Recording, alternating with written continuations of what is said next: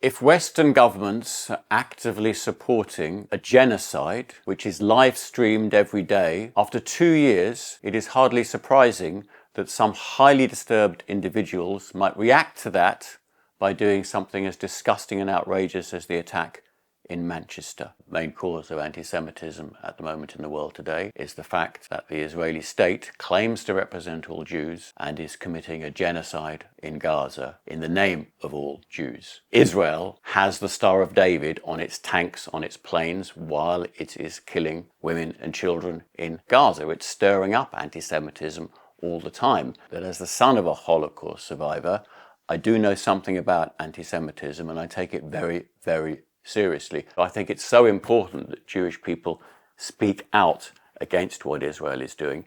Jews can be identified with a genocide, and this is something extremely disturbing and upsetting to me, and I don't think I'm the only person with a Jewish background who feels like that. To be part of a community which is identified as being perpetrators of a genocide is just the worst thing that could happen. And Jewish people across the world have to do all they can to oppose what Israel is doing, mostly to stop the killing in Gaza and elsewhere, but also to save Jews from the guilt and the shame and the horror of what this will mean if Israel continues to get away with it. It is understandable that many people within the Jewish community do believe that the anti-Semitic attack in Manchester was in part caused by the pro-Palestine protests. The reason they believe that is because the unelected leadership of the Jewish community and their newspapers, the Jewish Chronicle, for instance, claim that all the time. It's not because it's true. Unfortunately, a lot of people within the Jewish community have to realize they're being systematically lied to by people in power, by politicians, and by journalists.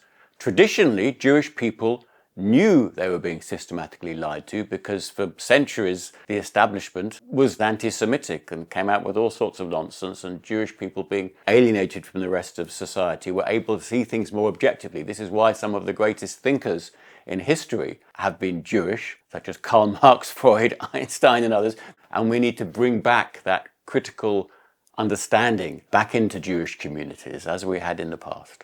We need to recognize that the unjust demonization of Israel spills over and contributes to an anti-Jewish tone in this country and also encourages extremism. If the chief rabbi and other official leaders of the Jewish community wanted to significantly reduce anti-Semitism, they should make it very clear that Jewish people in Britain, on the whole, simply do not support the atrocities and massacres in Gaza. That wouldn't end anti-Semitism, I concede that, but it would significantly reduce it. The fact that the leaders of the official Jewish community don't even dream about saying such things, I think is very, very worrying.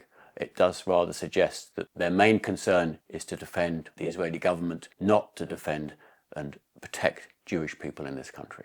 Our Zionism is a statement of the centrality of Israel within Jewish faith. And on this Yom Ha'atzmaut we declare to the world, we are Zionists and we're proud of it. The Jewish community has tied itself to supporting and defending Israel to such an extent that no matter how badly Israel behaves, we have to keep defending what is happening. And one of the reasons for this is, of course, because of the tragedy of Jewish history, which is in the 1940s, the Nazis tried to exterminate all Jews. And now we're in a world where a government that claims to represent Jewish people has actually committed international crimes again and again and again. So they go into a kind of denial that, well, it's impossible, we couldn't have committed any kind of crime. We're sort of beyond that. And of course, they can then use the Holocaust and the appalling tragedy of what happened back in the 1940s to sort of say, well, you can't criticize us, we've suffered so much. But of course, that's only some Jews. Many other people of Jewish background, including myself, are trying to get the Jewish community, if you like, out of that corner and distancing ourselves from what Israel is doing, because it's fundamentally not a Jewish project. Israel is fundamentally a Western colonial project that has gone from bad to worse, and it needs to be radically reformed, to say the least, in order to save not just the Palestinians and other Arabs and all the other victims of Israel's wars, but also to save the Jewish people in Israel and the Jewish community as a whole. There were two reactions any community can have to trauma and appalling horrors and tragedies that befall that community. One is to say that you never want that to happen to anyone else, and to go out of your way to stop it happening to anyone else because it was so tragic and so devastating. And that's the lesson I try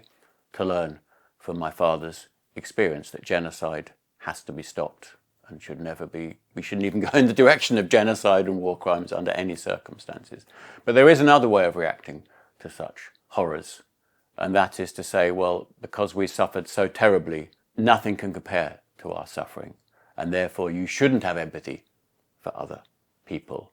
And very tragically, that is the argument that is used in our media and by our politicians today, that because Jews suffered so terribly in World War II, somehow the Israeli state, which dishonestly claims to represent all Jews, should be allowed to do what it likes. That, to me, is a completely obscene thing to argue. It's an insult to the memory of the Holocaust to in any way use the suffering of my father's family and the millions of others who suffered and the millions who died, to use that suffering to in any way excuse or justify further genocides is a complete misuse, an absolute tragic insult to the suffering of the Holocaust. In the first decades after World War II, the Holocaust was rarely discussed. It had been so traumatic and awful, people didn't want to discuss it, generally in Western societies. In fact, the people who mostly discussed it were radical left-wing people who didn't want to forget the fact that the Nazis had particularly targeted socialists and communists, and of course, within the Jewish community and other supporters of Israel, this was an important thing. But in the wider culture, the Holocaust wasn't much discussed. Now we have Holocaust museums, Holocaust memorials, Holocaust institutions, Holocaust Memorial Day. It's now a much, much bigger thing. It's taught in schools. And when this first happened, I was pleased. Many people who are from Holocaust survivor families were very pleased. What could possibly go wrong? They're teaching people about the terrible crimes the Nazis committed, and will make it less likely that genocides and other crimes will be committed in the future. Unfortunately, I was very wrong to think that. We are now in a situation where the memorialization of the Holocaust by governments and by politicians and by sections of the media is not to say this was a terrible thing and should never happen again to anyone. Rather, it is to say that this is a terrible thing that happened mostly to Jews, and therefore we should support Israel, and therefore we should never criticize Israel no matter what it does. And this has led to a situation where people are hesitant to criticize Israel in the way it is committing genocide in Gaza today. And that is an absolute obscenity and a complete misuse of the memory of the Holocaust. Genocide has to stop anywhere. Any genocide which is happening has to be opposed actively. There is never an excuse for genocide.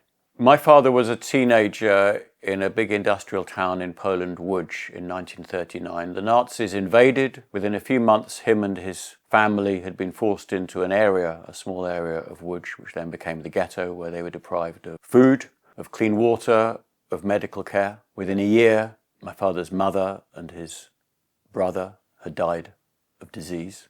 This has many similarities to what is happening in Gaza. The people of Gaza are pushed from one end to the other, deprived of housing, clean water, medical care, food, uncannily similar. My father survived by some miracle. He ended up in various concentration camps, including Buchenwald, and survived the death march at the end of the war with people dying all around him. And it's precisely because of that history that I've been very interested in anti-Semitism, in understanding genocide, in understanding how the Holocaust happened. And so I felt motivated to go on those demonstrations with a placard saying, "This son of a Holocaust survivor says, stop the genocide in Gaza." When I first stood with that slogan, it was to some extent in the hope that they weren't going to go for a genocide. They weren't going to go and try and kill huge numbers or tens of thousands of Palestinians, and that having this slogan might possibly help oppose that dire situation. But of course, what we found out is it's been unimaginably worse than my worst and many people's worst nightmares. Whatever happens to Trump's peace plan,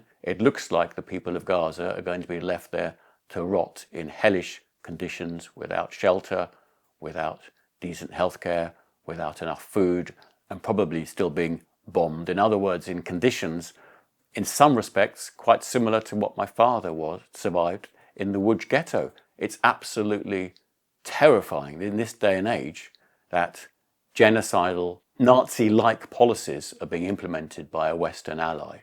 And I and many other Holocaust survivor descendants, in fact in our group we have 2 actual Holocaust survivors, people who were alive as children in the Holocaust, who are devoted, absolutely determined to protest as much as they can in this country against this appalling genocide, against Britain's support for this genocide. And in particular, we go out to prove to everyone, as much as we possibly can, that these protests are not anti-Semitic. And we know they're not anti-Semitic because we are overwhelmed with love and support and praise and cheers and clapping and even songs. And several of us have spoken at these big rallies, and when our Holocaust survivor, my friend Stephen Kaposh and Agnieszka Corey, when they speak, they are listened to by the protesters with respectful silence and huge cheers. As someone who survived the darkest chapter of our shared history, I know what it means to be stripped of dignity, of land, of home. That is why I remain steadfast in my commitment to the Palestinian people. I have not experienced one iota of anti-Semitism on any of the dozens of demonstrations I have been on, and you can speak to hundreds of other Jewish people who've been on these demonstrations who've also experienced not an iota of anti-Semitism. And this is why the right-wing media, politicians, have to invent lie after lie, story after story about how we are anti-Semitic. On Saturday, we saw the most densely populated bunch of, I would argue, anti-Semitic pro-terror group supporting crackpots. What has happened to students now that they're not only anti-Semitic, they celebrate their racism, they celebrate their Jew hatred. We know what these marches are about. These people are the enemy. And I defended the right of these people to march for a very long time. I really did. It's been 2 years now. This is not about caring about babies in Gaza. Trust me, these people pretend they care about it, and they share the videos of children filmed by Hamas in great distress. This isn't about that. This is about them hating Jews. It sickens me that politicians and journalists have no shame and will use Jewish fears, Jewish suffering, misuse anti-Semitism in this way, weaponize it in this way in order to desperately try to defend their disgusting policy of supporting Israel, of killing, I'll say it again, 200,000 people. It could be many more. But when you destroy people's homes, when you destroy healthcare, when you stop bringing food in, people die in even larger numbers than the media are talking about. It's absolutely terrible what is happening in Gaza, and it has to stop now. It is striking that the newspapers and other press outlets, which most criticize the Palestinian movement for being racist, for being anti-Semitic, are the very same outlets that have been stirring up racism against Muslims, against other minorities for decades and decades. Indeed, the Daily Mail is well known for actively supporting Mosley's fascist movement, and yet these racist purveyors of newspaper lies have the cheek, the outrageous, I mean, it's just beyond anything, that they claim the moral high ground in criticizing a movement, a Palestinian movement, which is staunchly anti-racist. To accuse us of being racist is obscene. The British media has always had its problems, but in recent years, the extent to which the media has failed to cover either what's happening in Gaza or the protests against what's happening in Gaza fairly has been taken to an extreme. This is all the more reason why we should support alternative media such as Double Down News. So if you can, please support Double Down News on Patreon.